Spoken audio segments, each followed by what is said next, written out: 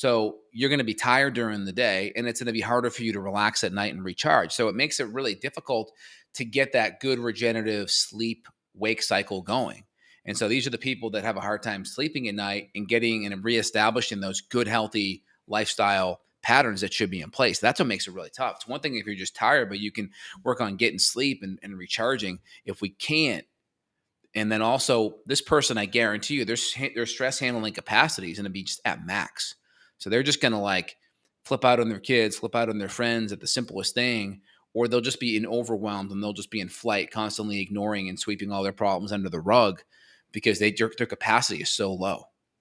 Yeah, and I know this particular female here was incredibly histamine intolerant. Someone in the comments said, let's talk about histamine. So there is a component to that. And in her case, she was sensitive to everything, chemicals, fragrances, EMF, food. So this was a pretty sick middle-aged woman. But I mean, everything was completely crashed here. And so you and I wanted to talk about some of the herbs. Now, if we jump right into one of these papers on what's called magnolia and philodendron, this is a blend actually.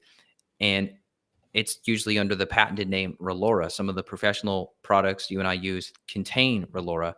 Now, this is a good option for reducing stress and anxiety. But the problem is you really don't just want to start taking supplements without the clinical data, because if you look back at that woman and the cortisol pattern is completely crashed, if we were to go to something like Relora, I would say this is not an appropriate thing to use, because if you look at the results of a study of supplementing Relora for 4 weeks, the salivary cortisol was 18% lower in the Relora group. So what that means is they saw less stress, less tension, less depression, way less anger, less fatigue, less confusion, and a higher mood.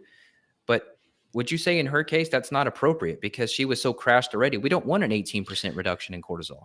Now, the question is what type of people were in that group? Because a lot of these adaptogens, if someone's low, like ashwagandha, for instance, there's studies on ashwagandha helping to lower cortisol as well as increase cortisol.